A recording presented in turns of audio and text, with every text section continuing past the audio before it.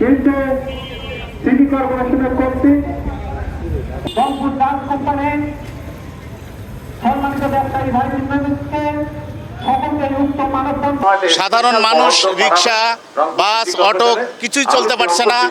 যদিও জীবনের ঝুঁকি নিয়ে চলছে তারা, এবং যদি একটু চলাচলের যদি একটু জোরে চলায়, মনে করেন অটো রিক্সা বলেন, অটো বলেন, অনেক সময় উল্টে যাচ্ছে এবং সাধারণ মানুষ এখানে শারীরিকভাবে ক্ষতিগ্রস্ত হচ্ছে।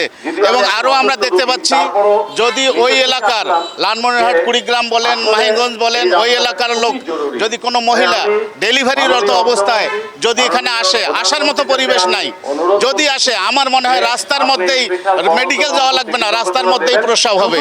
আমরা দেখেছি, শুনেছি যে এই রাস্তার জন্য 22 কোটি টাকা বরাদ্দ হয়েছে, শুনেছি, কিন্তু এখনো কার্যকর হয়নি। আমরা চাই অবিলম্বে এই রাস্তাটি পুনরায় নির্মাণ করা হোক, এবং সেই নির্মাণ যেন কোনো রকম নির্মাণ না হয়। আমরা রড দিয়ে এবং ঢালাই করে এবং উপযুক্তভাবে কাজ করা যায়। এজন্য আমি যে সিটি কর্পোরেশনের প্রশাসক আছে, আমি তার দৃষ্টি আকর্ষণ করব। পুরো সড়কটি খালখন্দে পরিপূর্ণ, সামান্য বৃষ্টি হলেই এখানে পানিতে নিমজ্জিত হয়ে যায়।